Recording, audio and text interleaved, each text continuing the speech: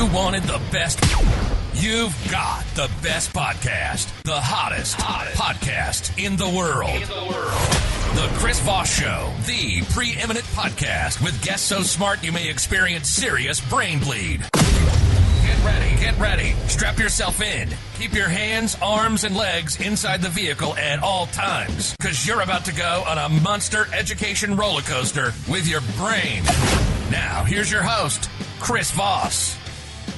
Hi, folks. Chris Voss here from thechrisvossshow.com, thechrisvossshow.com. Hey, we're coming here with another great podcast. We certainly appreciate you guys tuning in. We've got Evan Puschak on the show with us today. He's going to be talking to us about his amazing new book coming out August 30th, 2022. He runs a massive YouTube channel you're going to want to hear about if you're not already a fan, The Nerdwriter, and is the name of the channel on YouTube there. And we're going to be talking about his new book. In the meantime, refer your show, any show, refer all shows to your family, friends, and relatives. Say, have you subscribed to Chris Voss Show? It's the family that loves you, but doesn't judge you. The best kind of family there is.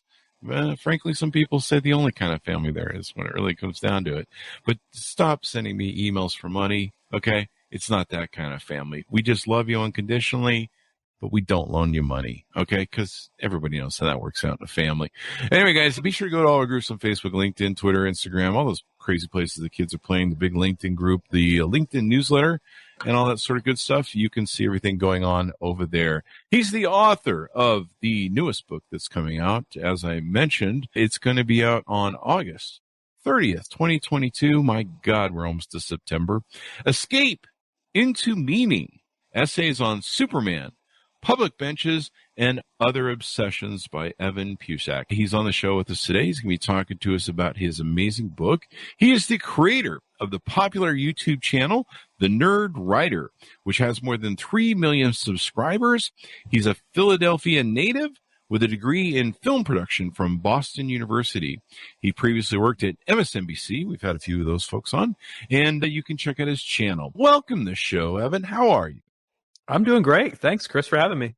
Thanks for coming. We certainly appreciate it. Congratulations on the new book. Is this your first book? It is. It is my first book, so it's very exciting. There you go. Give us your .coms, your YouTube URLs, all that sort of good stuff you want to plug here so that people can check you out on the web. Well, the most important thing is, the biggest thing is the YouTube show, The Nerdwriter. You could just type that into Google and you'll find it. But the most important thing is the book. So you can find Escape into Meaning at anywhere you buy books. There you go. And let me ask you this really quick, because, we just touched on it, so I want to put it to bed. Why did you call the channel The Nerdwriter? What was the proponent behind that? So when I started the show in 2011, which is very long ago now, I was essentially doing a clone of a YouTube channel that I really loved called The Vlog Brothers. John and Hank Green. John Green is a novelist, wrote The Fault in Our Stars, a bunch of other things. Hank Green is his brother. They had a show called The Vlog Brothers, and their fans were called Nerd Fighters. At the time, and then this connects to the book in a funny way, is that I had written a couple novels of my own back in 2011 that were not good. But I didn't know that at the time. I thought they were good. And I was starting the show to sell those books, to self-publish them. And so I thought, here's an idea. I'm a nerd fighter and a writer. So I'll just combine those two things and make it The Nerdwriter. And 11 years later, here we are. There you go. There you go. Well, what's normally on the show? We'll get that out there too. So it's a series about art and culture. So it is 7 to 10 minute videos that kind of do a deep dive into something that I'm interested in. There's a lot of film analysis, painting, but I also talk about science and politics and whatever sort of strikes my fancy that week or that month. It's video, sort of like video essays, kind of like the book, but in video form. And check it out. Awesome. I definitely will. I got it pulled up here and will subscribe and be sure to check it out. So let's talk about your book. What motivated you on to write this book? Well, this is a book of 11 essays. And ever since I started the show, I have been a little bit obsessive about making videos that really were really visual, that that sort of needed YouTube to exist. I wanted to find out what the unique strengths of YouTube were. And so I was gravitating towards things that just really worked in a visual medium. But that meant that over the period of the last decade when I was making the show, there were some ideas that I had that I thought really didn't fit on the show because they didn't need to be visual, but that just wouldn't let me go. That stuck with me. And when I was approached about potentially writing a book, those were the things that came directly to mind. And I knew that that prose or a book of essays would be the right format for that. And so I just feel so lucky and privileged to get a chance to actually explore those ideas, which are really more like obsessions to me. There you go. In the format where they belong. And why did you entitle it Escape into Meaning? Why did you choose on that title? So that is the title of one of the essays, but the reason I chose that is as I look back at the book, which was intended to be 11 separate essays about 11 separate subjects, I just found there was a lot more connective tissue than I imagined there would be. And one of those big connectors was this idea of escape, whether it's the idea of escaping a stale mindset or escaping from the flow and the chaos cities on a public bench, for example. And the idea of escapism. There are a lot of essays in the book about traditionally escapist things. There's an essay on my obsession with cyberpunk. I have an essay on The Lord of the Rings. And those things are, fantasy traditionally considered escapism. For me, they were very meaningful.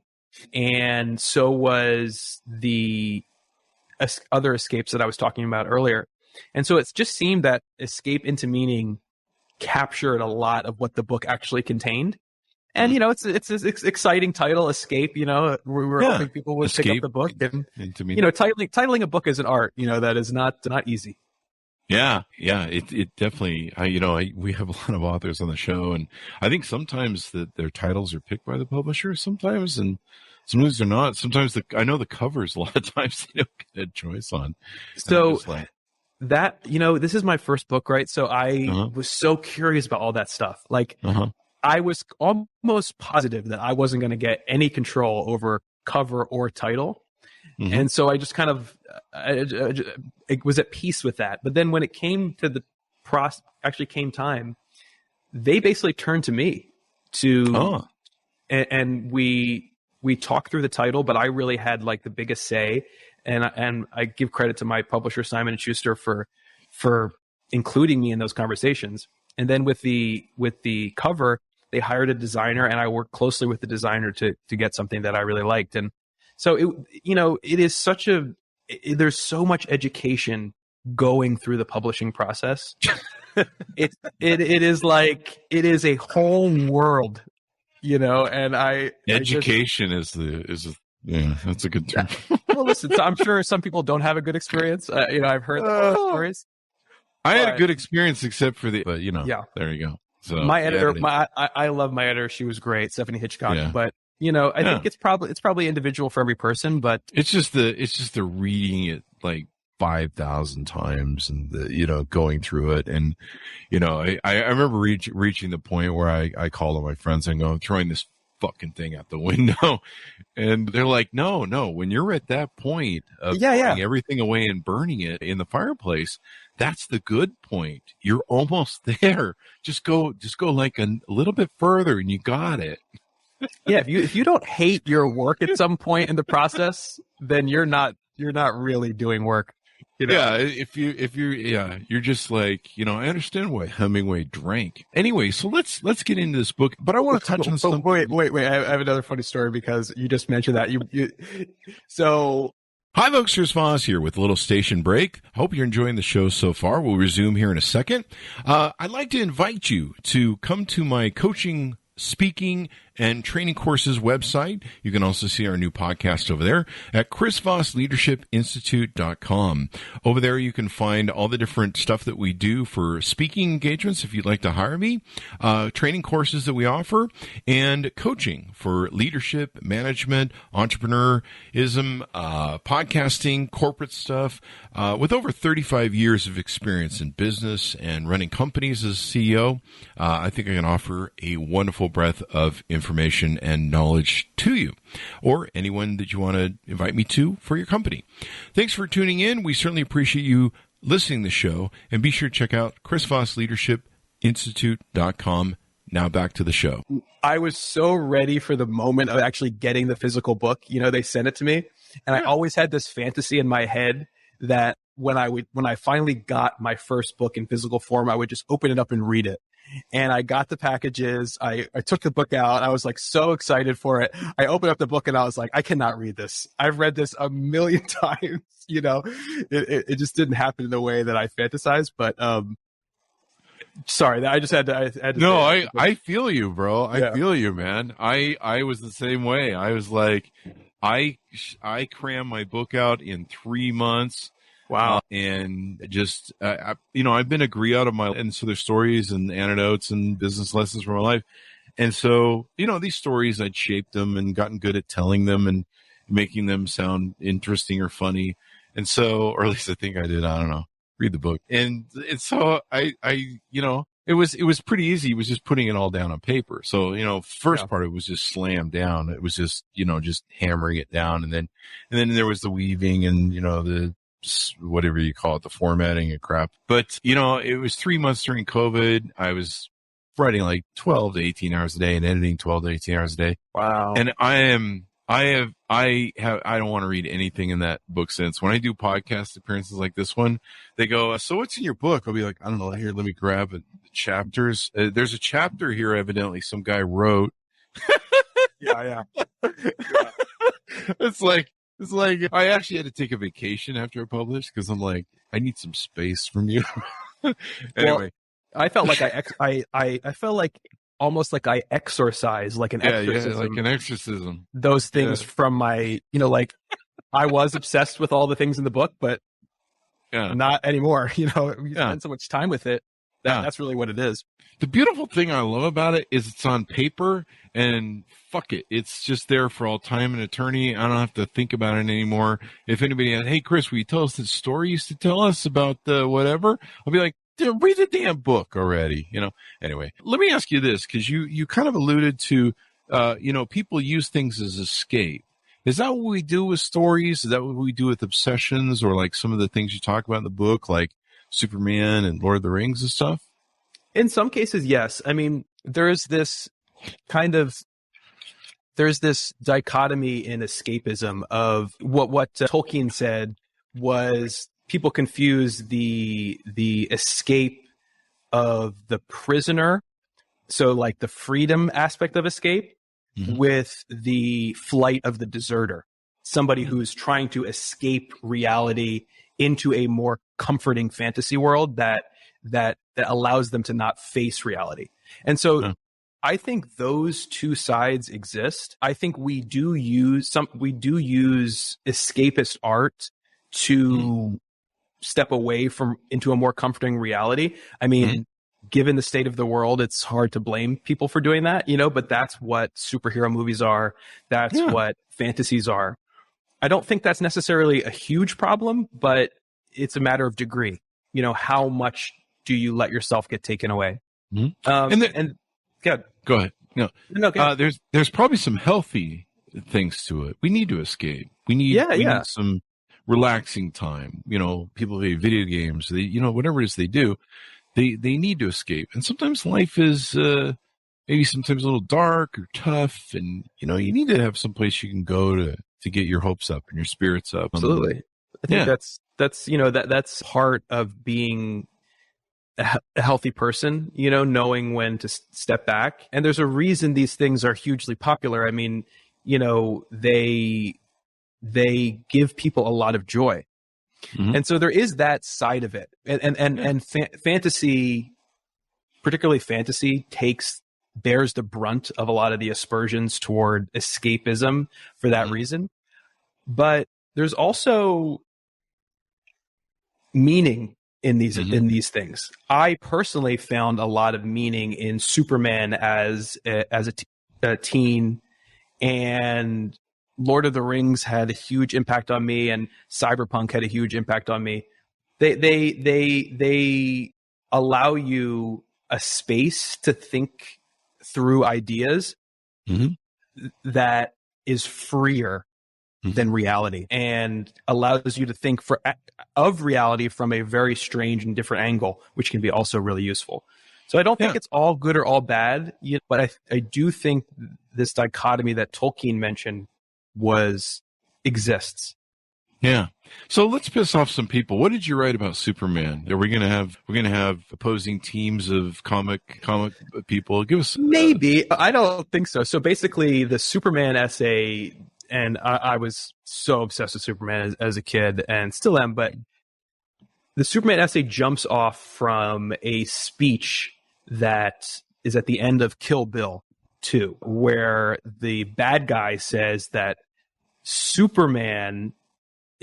Clark Kent is essentially the costume, and Superman is the real guy. He's the guy, and Clark Kent, this bumbling, idiotic guy, is Superman's critique on the human race. It's how he views us.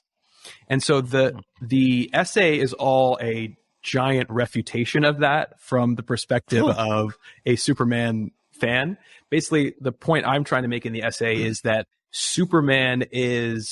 Clark Kent is the core of the character, and stories that fail to focus on Clark actually tend to be boring and forgettable. And you can find instances in that in the recent Superman movies and lots of Superman media. But the major criticism of Superman is that he's too perfect.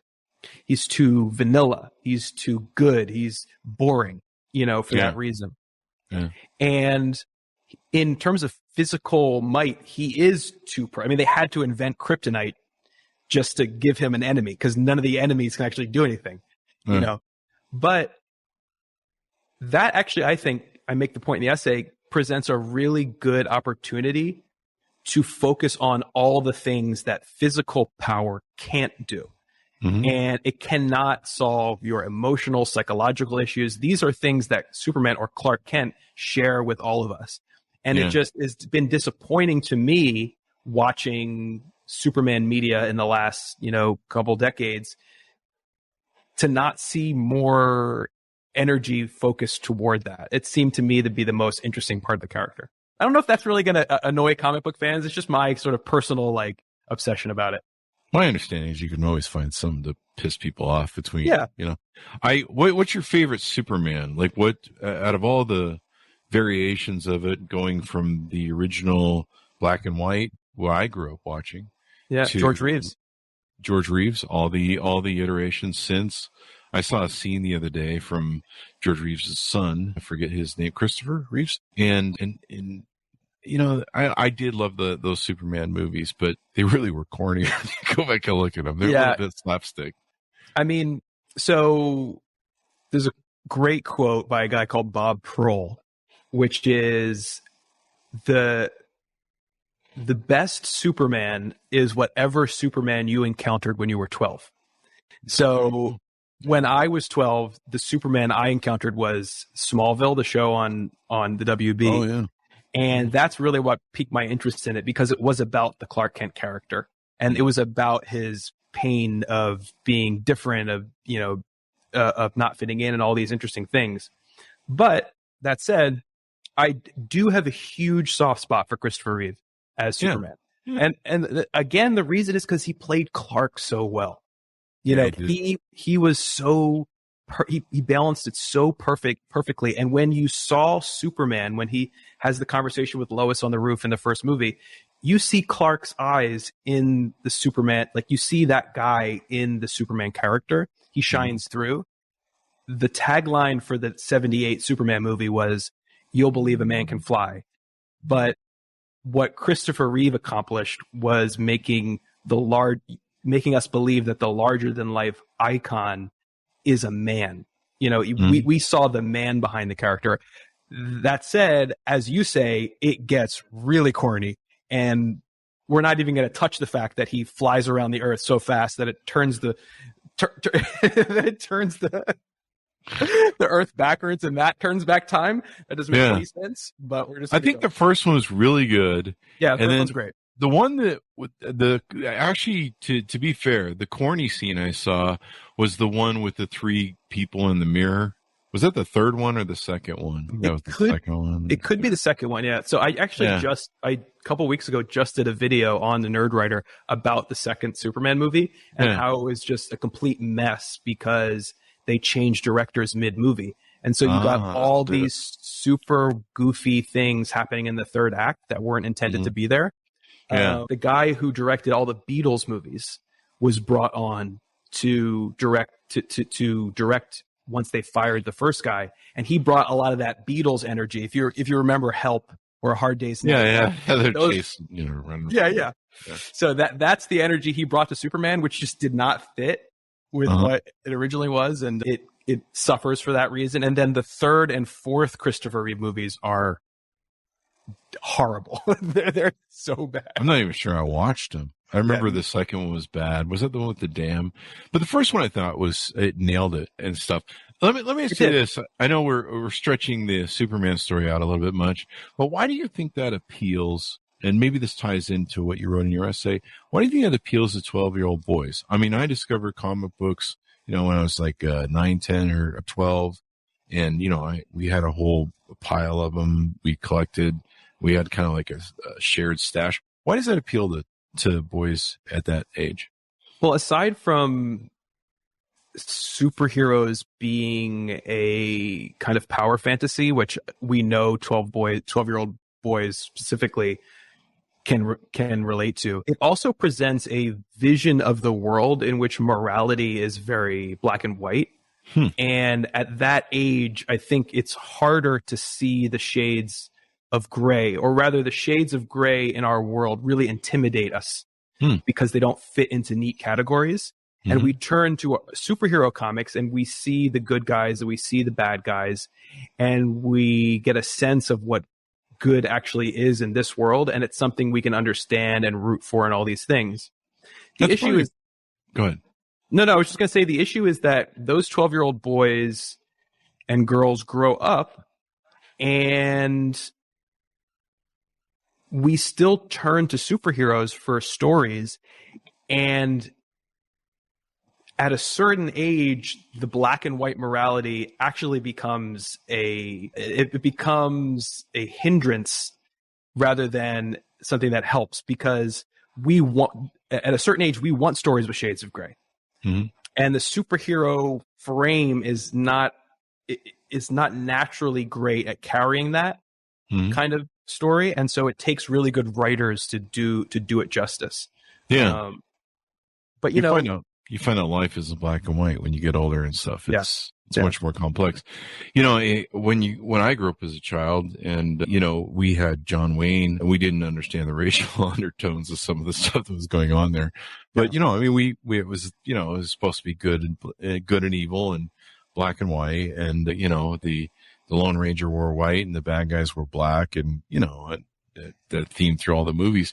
And it's interesting to me. You've made me think about how I never really thought about those things as important as establishing a black and white, a good and evil, stuff like that. I just kind of, I think some of it too is I was a nerd as a young man. I was a thin guy. My parents didn't have money, so they didn't have clothes. I had bullies and stuff that I had to deal with. And maybe that's part of the fantasy too, is, you imagine you're Superman, or you imagine you're a guy who doesn't have to take anybody's crap anymore. Yeah. I mean, I felt very similarly. I would fantasize about being that powerful or that courageous, or that able to sort of say what I felt, in the moment and be articulate and all these things, which I think, a therapist could say is the reason I do everything I do now in terms of my job. Well, I mean, maybe people do that at Comic-Con. They feel more empowered by putting on the thing. And I think there's, I put on a cape, we put on capes. We make little capes out of pillowcases and, run around the yard like silly people. But I mean, I guess there's some things in there. All right, let's get to who did you piss off in the J.R. Tolkien realm? I read The Hobbit and The Lord of the Rings like ad nauseum when I was 12. So. Oh, I hope nobody, because I absolutely love it. But so the Tolkien essay and the cyberpunk essay are sort of sister essays. And the Tolkien one is actually is the one that's called Escape into Meaning. Mm-hmm. And the specific way I use that in the story is that cyberpunk, if you think of like Blade Runner, these dystopic future worlds, for me, the question I asked at the beginning of that essay was, why do I find that comforting? Why is this dystopia a place that I keep returning to and feel like warm and fuzzy about? It seems like that doesn't seem to work. Dystopia shouldn't make you feel that way. And so what I sort of figured out in the process of writing was that cyberpunk was that future was a space in which nothing really mattered. And so by placing myself there, I no longer had to go through the difficult work of finding a place in the world and making meaning for myself. And so it was a place where I could let go. So that was one side. And that was an escape from meaning. And in Lord of the Rings, what I found was a fantasy world in which everything has a meaning relative to the greater story. So all the characters, all the sacred objects, everything's got a destiny, and it all fits together in this perfect kind of whole. And I personally am a non-believer, and so I don't believe that there's a purpose for mankind or for me or a God of any kind. And so what I found in the Lord of the Rings was a kind of place where I could indulge in that thing I think we all have inside us evolutionarily, which is to want there to be a meaning, to want to have a purpose relative to the greater universe. By immersing myself in the Lord of the Rings story, I could feel that way, but not have to believe something I didn't believe. And so that was an escape into meaning. Yeah. It was escaping. They're both escaping from the same thing, which is real life in which you have to make meaning for yourself. And that's hard work. You have to find a place in the world that you fit. And that's hard work. In two different directions. Yeah. In two different directions. Those were the two directions I took. Jesus, Evan, you're like a psychiatrist to my 12-year-old child. Between comic books and the Lord of the Rings. Like, dude, I read that book, and the only book I had trouble reading was the Silmarillion, yeah. Yeah, that thing was like reading a thesaurus or a dictionary. It's a history book. Yeah, it's not a story. It's not. I don't know. You can ever put that in a movie. It's not fun. I don't know. I don't remember anything about it. But I love The Hobbit. I love The Lord of the Rings. I just read them over and over again. But yeah, what you speak to is a lot of what was going on as a 12-year-old boy, trying to find meaning and having your own little camp of meaning, and it makes sense in its own little sort of thing. But yeah, it's interesting. I think a lot of males go through this. I don't know what females go through because I haven't done that side of the things, but there's still time. When boys grow up, they go through, a lot of different things, and you've given me some concepts that I need to think about. And it's like, wow, that explains, why I really loved it. We've talked to Terry Brooks, to have Terry Brooks on the show. He wrote the Sword of Shannara. I don't know if you. I know Terry Brooks, but I haven't read it now. Yeah, it was a huge series. It was kind of really Tolkien-ish, and he wrote I think 3 series of books, and then I think there were 6 and 9, and he's written a lot of different things. But yeah, same sort of genre. I was really big into who's the Foster guy, John Dean Foster. He wrote a lot of science fiction stuff the same way, and I really embraced that when I was 12 too. What are some other things we want to touch on? Of course, we don't want to give away the whole book. We want people to order it. What are some other things we want to touch on or tease on that's in the book? Well, so if that's the side of escapism, you know, which is a sort of major focus of the book. The other side, I think, is the escapes from stale mindsets and places that I found myself stuck in. And the first essay is called Emerson's Magic, about Ralph Waldo Emerson and how he sort of woke me up to just curiosity about the world. And he's sort of the reason why I've done everything I've done. And just talking about, you know, what is really my biggest obsession, which is people who can articulate themselves really well, whether it's in writing, in speech, or in the case of another essay, which is on Seinfeld, in stand-up comedy. You know, there are people who excel at putting language together in such a way that it unlocks something in your mind. And I'm so obsessed with the people who are masters at that. Emerson is one, Seinfeld is another. Virginia Woolf, I mentioned in the book, is also somebody who I, you know, just sort of changed my life. Because when you read these people's work or listen to their work, for me, at least, the experience is like reading your own thoughts. You know, there is so much going on in our head that is messy. And when a writer can tidy those things up for you, it's almost like they're more you than you, because they understand. And the motivation for the show and the motivation for the book is just a general frustration that I have personally with not understanding or knowing what I believe and think about things.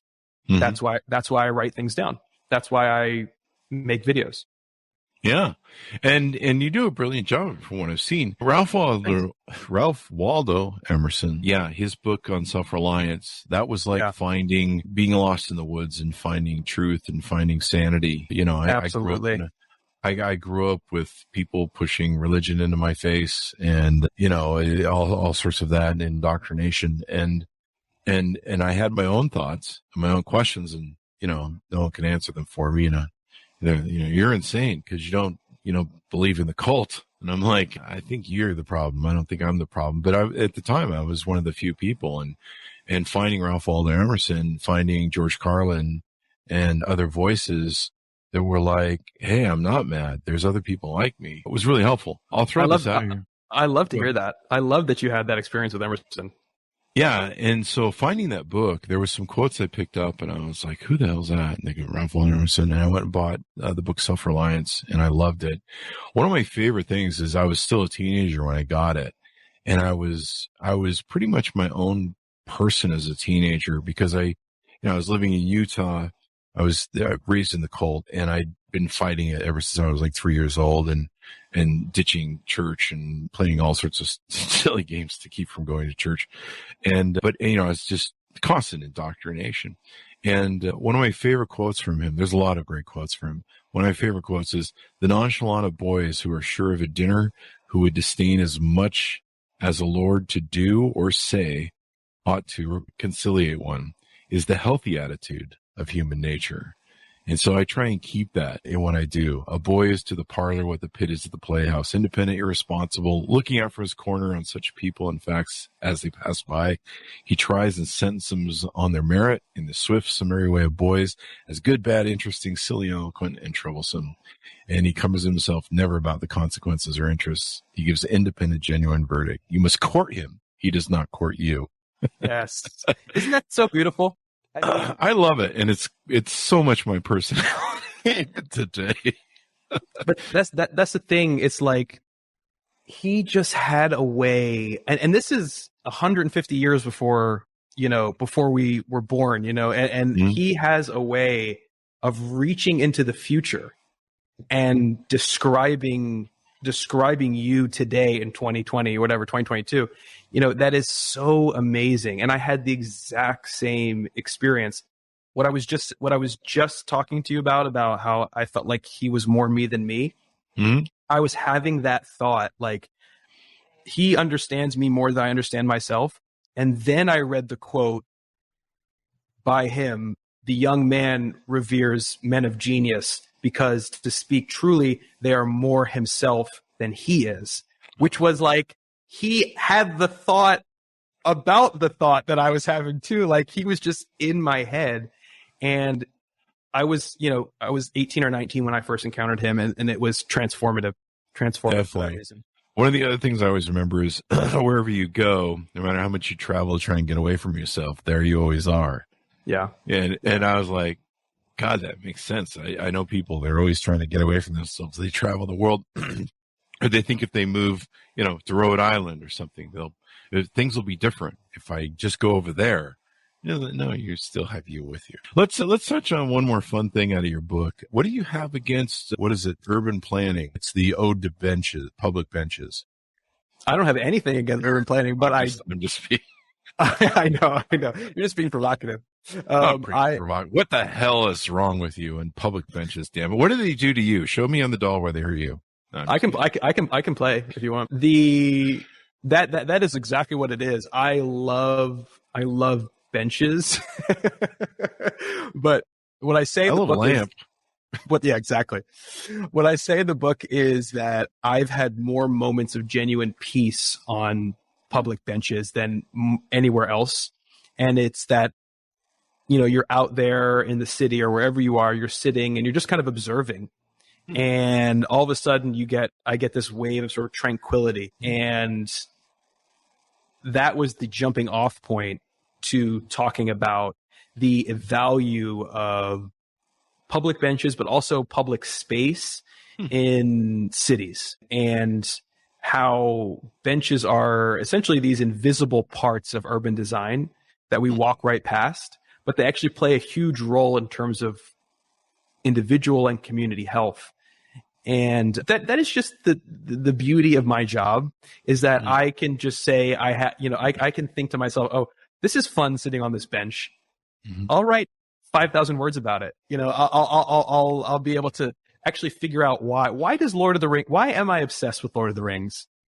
I can actually write it and make it into my job. And so all these things that you've mentioned, including public benches, are just personal obsessions, Well, I can see from what you're talking about that there's a bit of it's a peaceful place inside the hubbub of, metropolis that's a chaos, right? And totally. And it's a peaceful place where you can sit and reside. And of course, sometimes that warm feeling that you have is the poop left behind from the homeless guy who was there. Yeah. Sometimes it smells. Sometimes it smells.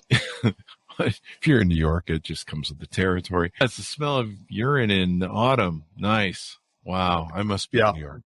Yeah. If it has that really musky smell, it's, I don't know what month. I don't have a joke for that. But no, I think it's good that you've identified these things and appreciate them. Are they a little bit from a comedic nature where you take something and you build it up, you tear it down and build it back up again, almost like a Jerry Seinfeld that you talk about in the book? Yeah, he'll take something basic and he'll just break it down. Yeah, it always starts from this feeling. It always starts from a feeling that I have, And in the case of Tolkien, it's like, okay, I've watched the Lord of the Rings movies 50 times. So what could possibly have motivated me to do that? There's something deeper going on there. And then in the case of public benches, it's like, okay, I really feel at peace on these benches. Why is that the case? In the case of benches, it's like, okay, cities encourage you, like the planning of cities, the architecture of a city encourages you to move from point A to point B. And that's what most city dwellers are doing outside. They're heading to the store, they're heading to a restaurant, and they're heading home. But a bench allows you mentioned New York City, if you stop from moving point A to point B, you can get trampled by the herd that's moving, so you can't really stop. But a bench allows you to step away from the herd, and there's just that simple act of sitting radically alters your relationship to the city architecture. And when we encourage more public spaces, green spaces with benches, and things like that, we can imagine and achieve just a different way of existing in these cities. Cities have been commuter driven. They've been work driven for, 100 years. And now all these cities around the world, including where I live in Barcelona, they are trying to carve back some of these street spaces for pedestrians, for people who just want to have some living space. And it's difficult, but they're all trying to do it because I think now we get that having communal public green space is necessary to keep people from just going stir crazy. Yeah. And COVID really taught us that. That's, I think, why it's really booming right now. But, when I was here in Barcelona for COVID, sitting on a bench was basically all you could do in Barcelona. Like, you couldn't do anything. Everything was closed.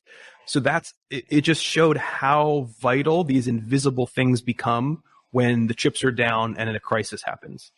Mm-hmm. So I really agree with you. There is a point where you sit on the bench, you step off of the causeway of people that are going by and the hustle and the bustle, and you sit there and you have a chance to look around, take in the sights, or read a book. I'm thinking maybe a good idea for both you and I is maybe we should each get like a public bench in our house, just like have it someplace, and then that's your like creative spot, when you want to write or think about what you want to write or something like that. That might be a thing, eh? Maybe we just made something new that IKEA can do or something.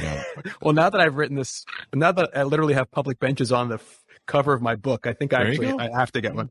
I think you've got a trend here going. What you don't get in your home is the ability to people watch, which is really the great thing about benches. The great thing about benches is that they disappear into the background.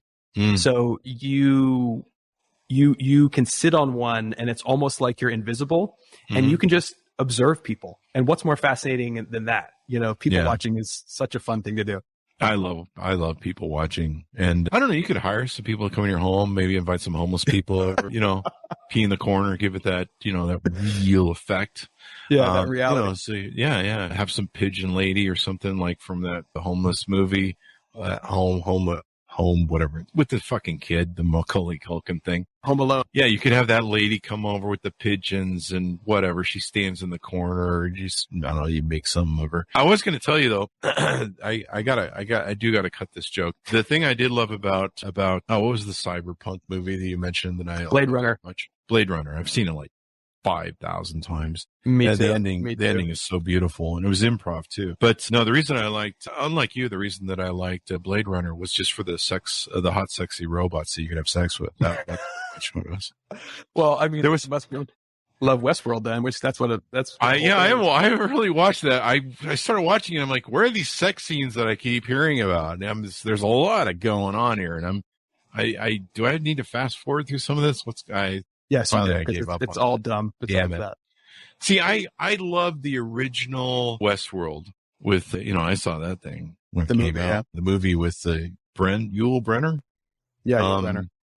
Yeah, and oh my God, when you find out he's a robot, holy shit, you about to shit your pants. And he was just like, tough man. The other one thing I want to call back, we're just going to do callbacks for the rest of the show. The other thing I want to call back to you on is, you wrote the essay on how, and correct me if I don't have this right, how I was thinking Wayne, that's Batman. Clark Kent's take of what his nerdiness is, his nerdiness thing, is his take on us. Is it a mockery of us? Is he mocking us? That's what Bill thinks from Kill Bill. Bill thinks that Clark Kent is essentially a critique or a mockery of. It's like what this God-like alien imagines human beings are, these frail, bumbling, idiot characters. But the reason he says that in the movie is because he's trying to convince Uma Thurman that she can never be a normal person with a normal family. She'll always be a killer. She'll always be an assassin. You have to be, you can't put on the costume of this normal person like Superman does. But the point I make in the book is that Bill is the villain, And if there's one thing that villains are usually wrong about, it's the hero. And not only is he wrong about Uma Thurman's character, the bride from Kill Bill, but I also think that he's wrong about Superman. It would be a hugely boring character if the Clark Kent side of that was just a critique or a mockery. I mean, where do you go from there? Maybe you have one joke and that's it, or, you know. You made me realize Superman's an asshole. Fuck that guy. Wow. He'd be more interesting as an asshole than a god. Down. So let me play something on the spin on that and run Spin it, baby. Because as you were telling me that, and this is why I got to call this back, as you were telling me that, it made me think, what if Fight Club, what if Superman doesn't exist and Clark Kent does, and Clark Kent is Edward Norton and Superman is Tyler Durden? And he doesn't really exist except in his mind. I think that would be a far more interesting story than pretty much every Superman movie for the last 20 years. Yeah, it'd be like Dallas, where it's just like a fucking what's-his-face had a dream. It was all a dream. Write it. What's that? It'd be like that show where the guy goes, "I see dead people," and the guy at the end finds out he's dead. You know, I'll shop it to M. Night Shyamalan. It's been fun to have you on the show. You've psychologically analyzed my whole childhood. So thank you very much for explaining my fascination with Tolkien and comic books and everything else. I'll send you the bill. There you go. There you go. So give us your .com so people can find you on the interwebs. You can search me you can search the Nerdwriter on Google and you'll find all my stuff. But the book is called Escape into Meaning. It's out in 14 days. And if you guys would pre-order it or get it or anything, that would just be a huge help to me. Thank you. Thank you, Chris, for having me on. This was a blast, man. Thank you for coming, Evan. This has been fun. Yeah. This has been fun. We have a lot of great people on the show, but sometimes we have really stuffy journalists from CNN or MSNBC, and all the Washington Post people, and they're really professional folks. And, there's not much fun I can have with sometimes the politics that are pressing, but this has been fun. So I really enjoyed it. Thank you very much. You're so easy to talk to, Chris. I try to be, that it's the vodka that's in the coffee. I don't know what the fuck. Anyway, thank you very much, Evan. Thanks, my audience, for tuning in. Go order the book wherever fine books are sold, but don't go in those alleyway bookstores. Last time I was in one, I got stabbed, robbed, and I had to take a tetanus shot. Escape into Meaning, Essays on Superman, Public Benches, and Other Obsessions, out August 30th, 2022. In the meantime, refer the show to your family, your friends, and relatives. Go to youtube.com/Chris Voss. Go to goodreads.com/Chris Voss. See everything we're reading and reviewing over there. All of our groups on Facebook, LinkedIn, Twitter, Instagram, TikTok, all those places those crazy kids are playing on the interwebs. Stay safe, be good to each other, and we'll see you guys next time.